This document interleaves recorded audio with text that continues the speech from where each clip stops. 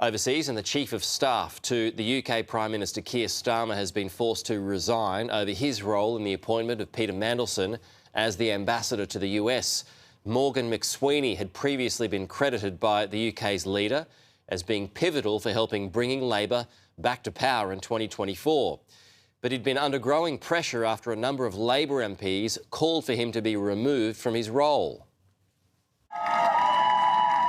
As jubilant Labour supporters cheered Sir Keir Starmer into number 10, there in the crowd, the man critical to his victory, Morgan McSweeney. The Downing Street Chief of Staff may not be a familiar face, but his departure leaves the Prime Minister at a crossroads. The important thing to understand is Keir Starmer has never thought seriously about running for the leadership of the Labour Party, about leading the Labour Party, or about being Prime Minister without Morgan McSweeney being at his side. Keir Starmer took his directions from Morgan McSweeney. He deferred to Morgan McSweeney on all questions of political strategy, and that's how he became Prime Minister. That key aide now gone because of his relationship with this man, Peter Mandelson, someone described as a mentor to McSweeney from his early days as a Labour staffer. The advisor is said to have been central in pushing for the controversial ex-minister's appointment as US ambassador, something he's now paid for with his job. But who is Morgan McSweeney? Born in County Cork, he moved to London aged 17, joining Labour as a junior staffer after Tony Blair's 1997 victory. It shaped his view that Labour could only win from the centre. He cut his teeth in London politics, winning Lambeth Council for Labour and then seeing off a challenge from the BMP in Barking and Dagenham in East London. After Labour's defeat in 2015, he ran the failed campaign of Liz Kendall to be party leader, but it was Jeremy Corbyn who triumphed and veered the party to the left. Those years McSweeney spent working on who the party would accept as the next leader. And armed with a list of left-wing pledges, it was to be Sir Keir Starmer. Starmer was perfect.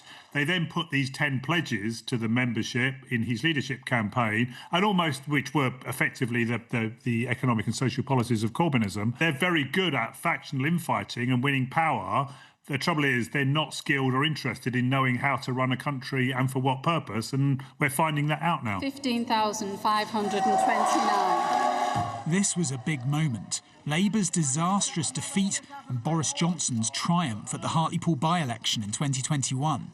Starmer considered resigning as leader, but instead he put McSweeney in charge of the general election campaign, and things started to change. As Labour soared in the polls, the message was disciplined, caution on the economy and security.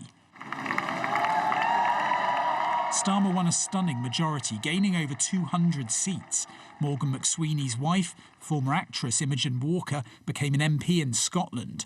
But the Downing Street team was unhappy. Chief of Staff Sue Gray was ousted and McSweeney was given her job. On the inside for key moments abroad, but he was accused of misjudging the mood of Labour MPs at home. After stories the Health Secretary was preparing a leadership bid, Downing Street were forced to deny the briefings came from McSweeney. I am not going to add to the toxic culture by contributing to the toxic culture and going after individuals. I don't think that is a constructive or positive thing to do. And one thing I would say for Morgan McSweeney is there wouldn't be a Labour government without him. Is the Health Secretary a traitor or a faithful Prime Minister? But this did add to accusations of an insular boys' club at number 10, something only added to by the Mandelson scandal. McSweeney's departure comes at a dangerous moment. Lagging in the polls with political opponents all around, Sir Keir Starmer has lost his right-hand man as he battles to stay in control of his party and agenda. Rob Powell, Sky News in Westminster.